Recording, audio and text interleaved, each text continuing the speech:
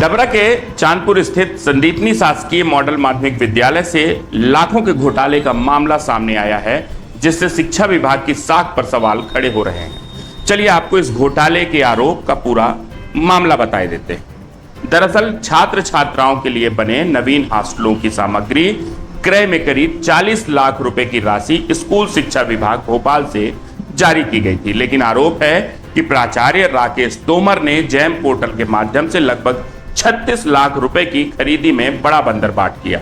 इस पूरे मामले में न केवल प्राचार्य पर गंभीर आरोप लगे हैं, बल्कि ग्वालियर के वरिष्ठ शिक्षा अधिकारी भी सवालों के घेरे में आ गए।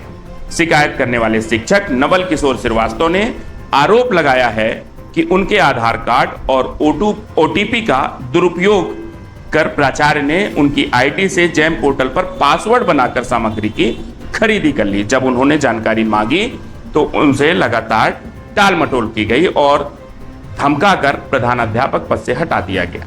इतना ही नहीं, मामले को छिपाने के लिए उनसे दबाव बनाकर दस्तावेजों पर हस्ताक्षर भी कराए गए। इस गंभीर शिकायत पर जिला शिक्षा अधिकारी ग्वालियर ने जांच समिति तो बना दी, लेकिन आरोप है कि जांच की प्रक्रिया इतनी पक्षपातपूर्ण रही कि आरोपों की परतें खोलने के बजाय शिकायतकर्ता को ही समझौते का दबाव झेलना पड़ा।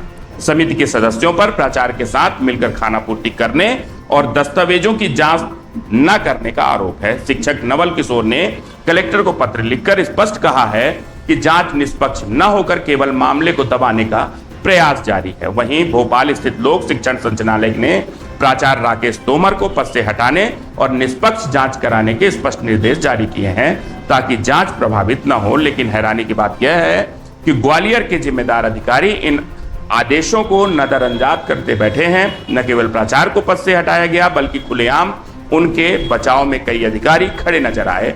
इस लापरवाही ने पूरे शिक्षा विभाग की कार्यप्रणाली पर गंभीर प्रश्न चिन्ह खड़े कर दिए हैं।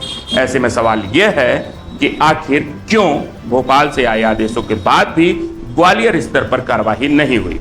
क्या अधिकारी और प्राचार्य के बीच साठगांठ के चलते यह घोटाला दबा दिया गया है? डबरा का यह मामला सिर्फ एक शिक्षक के उत्पीड़न या स्कूल तक सीमित नहीं है। संदीपनी स्कूल में इससे पहले भी कई शिक्षकों ने प्राचार्य के खिलाफ शिकायतें की, लेकिन हर बार अधिकारियों ने चुप्पी साध ली।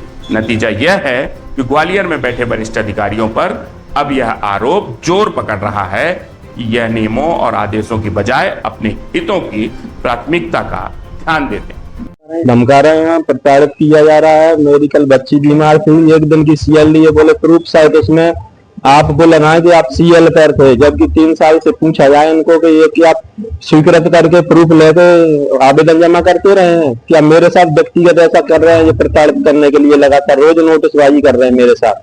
3 साल से मैं इस विद्यालय में, तो तब से इन्होंने कुछ नहीं किया।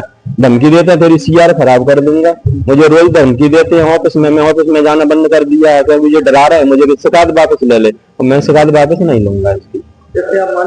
मैं बहुत मानसिक तनाव में रह रहा हूँ, मानसिक प्रेशर है मुझे, और मेरी कार्रवाई सुनवाई नहीं हो रही है। और इनके द्वारा इनको पद से हटाने की भी आदेश आदेश मैंने सुनने में आया हुआ है, लेकिन जेडी साहब के लिए आया, लेकिन वहां से भी कोई कार्रवाई नहीं हुई है अभी तक। यहाँ अधिकारी जेडी साहब आए थे, आपने कुछ शिकायत उनको की है कि आप पहले कर चुके हैं? नहीं, पहले ही मैं कर चुका हूँ शिकायत, लेकिन कोई सुनवाई नहीं हो रही है मेरी।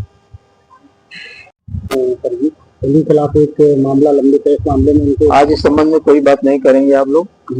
ये जिस कार्यक्रम के लिए केवल उस कार्यक्रम की बात नहीं सर। आप क्योंकि यहाँ आपका आना काम होता है, हमारा आने क्यों नहीं, आने के कम क्या होता है? हमारा तो काम ही है स्कूल देखने का। आप इस संबंध में कोई जवाब दीजिए इनको, पद से क्यों नहीं हटाया? जो जांचें हैं, कई तरह के जो आवेदन शिक्षकों द्वारा भी किए गए। भाई जिस चीज का मुझे पता ही नहीं तो कैसे जवाब दे दूं? भाई हमें कोई ज्ञान नहीं है इसका। आपको पत्र है लोक शिक्षण संचालनालय से आपके लिए पत्र आया था कि इनके जो मामले चल रहे हैं, मामले में इनको पद से हटाया गया। आपको पत्र दिखा दूंगा, पत्र मुझे भेज दीजिए, दिखा दूंगा।